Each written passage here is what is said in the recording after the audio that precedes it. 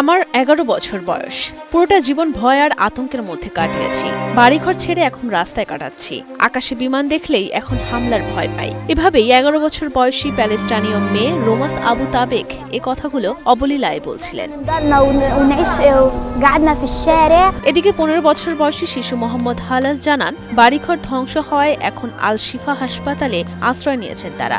এছাড়া শিশু মোহাম্মদ হালাস আরও বলেন, তাদের উপর প্রতিনিয়ত বোমা হামলা চালানো হচ্ছে। ঘুমের মধ্যেও শুনতে হচ্ছে বোমার শব্দ। আমার বয়স ১৫। আমার বাড়িঘর ধ্বংস করে দিয়েছে, তাই আল শিফা হাসপাতালে আশ্রয় নিয়েছি। আমাদের উপর অবিরাম বোমা হামলা চালানো হচ্ছে। আমি আশা করি বিশ্ব আমাদের প্রতি করুণা করবে। বর্তমানে এখন অনেকেই আশ্রয় নিয়েছেন হাসপাতালের আঙিনায়। তারা সবাই এখানে জড়ো হয়েছেন বিমান হামলা থেকে রক্ষা পেতে। সপ্তাহান্তে হামাসের আক্রমণের প্রতিশোধ হিসেবে ইসরায়েল এখন পর্যন্ত ২.৩ মিলিয়ন লোকের বাসস্থান এবং ইসরায়েল ফিলিস্তিনি সংঘাতের ৭৫ বছরের ইতিহাসের সবচেয়ে শক্তিশালী বোমা হামলা চালানোর মাধ্যমে প্রতিক্রিয়া জানিয়েছে, ধ্বংস করছে পুরো এলাকা।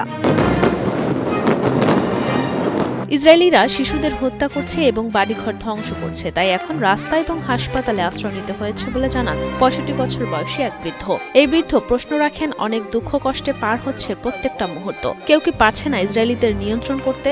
ইসরায়েলেরা আমাদের ঘরবাড়ি ধ্বংস করে দিয়েছে, আমাদের শিশুদের হত্যা করছে। রাস্তা আর হাসপাতাল এখন আমাদের থাকার জায়গা। আপনারা এসে দেখুন কিভাবে আমরা বেঁচে আছি, কিভাবে শত শত মরদেহ পড়ে আছে। এর মাঝেই থাকছে আমাদের শিশুরা। বাকি পৃথিবী কোথায়? আপনারা দেখতে পাচ্ছেন না আমরা কতটা কষ্টে আছি? আমরা গৃহহীন। ৫ দিন ধরে কোনো খাবার নেই, পানি পর্যন্ত নেই। আমরা জানি না কোথায় যাব। আপনারা আমাদের সাহায্য করুন। আমরা অস্থির, আমরা গরিব মানুষ, ফিলিস্তিনি জনগণ।